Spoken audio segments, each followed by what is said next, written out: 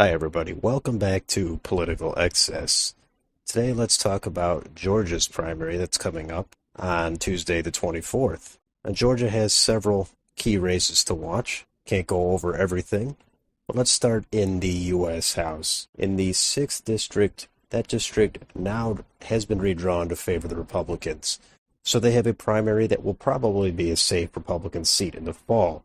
Next up, in the 7th district, that actually has two incumbent Democrats in the same district. So there's going to be a big primary there between Carolyn Bourdeaux and Lucy McBath. This is the Atlanta suburb area, and the polling has Lucy McBath up a little bit. There's only a couple polls, but the markets do show Lucy McBath with a pretty heavy lead.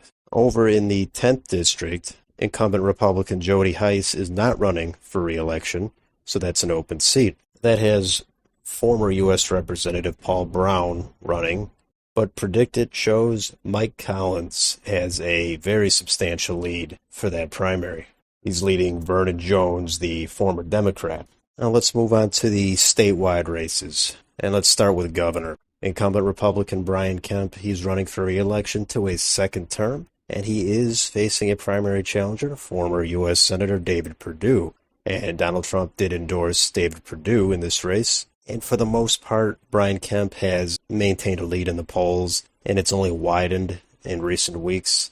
And the markets do show Brian Kemp is all but guaranteed to win this race. So in the fall, it should be Brian Kemp for the Republicans, and the Democrats appear to have Stacey Abrams as their nominee. And it'll be a rematch of the 2018 governor's election where Kemp won by a couple of points. Next up, for the lieutenant governor's race, incumbent Republican Jeff Duncan is not running for re-election, so it's an open seat. And there does appear to be a competitive primary for the Republicans between Burt Jones and Butch Miller. The market does show Burt Jones with a substantial lead. And for the Democrats, there's not as much focus, but the market does show Charlie Bailey with a pretty healthy lead himself.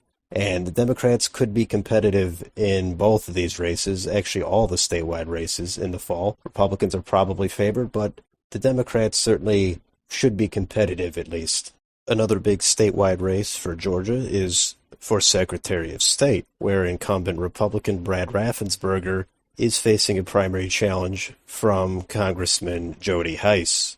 Now, Hice did start out with a lead, but it has narrowed up in recent weeks, and Brad Raffensperger has a little bit of an edge in the polling as well as in the markets. But that race is going to be hotly contested. And for the Democrats, they appear to have B. Yen, I think that's how you say it, and she should be competitive in the fall as well. But if it is Brad Raffensperger, he probably will have an edge. And finally, big race for U.S. Senate. Incumbent Democrat Raphael Warnock, he has his nomination all wrapped up, but the Republicans, they have a primary, and it appears Herschel Walker is the runaway frontrunner. According to the polls, according to the markets, it will be Warnock versus Walker in the fall, and that's going to be a highly watched race. Given the environment, it's possible Herschel Walker does have a little bit of an edge at this point, but it's going to be very close. So that's a look at some of the key races from Georgia. Let me know if you're following any of these or if there's some other ones that I missed. If you enjoy this content, please like, share, and subscribe. Thank you for watching. I'll see you next time.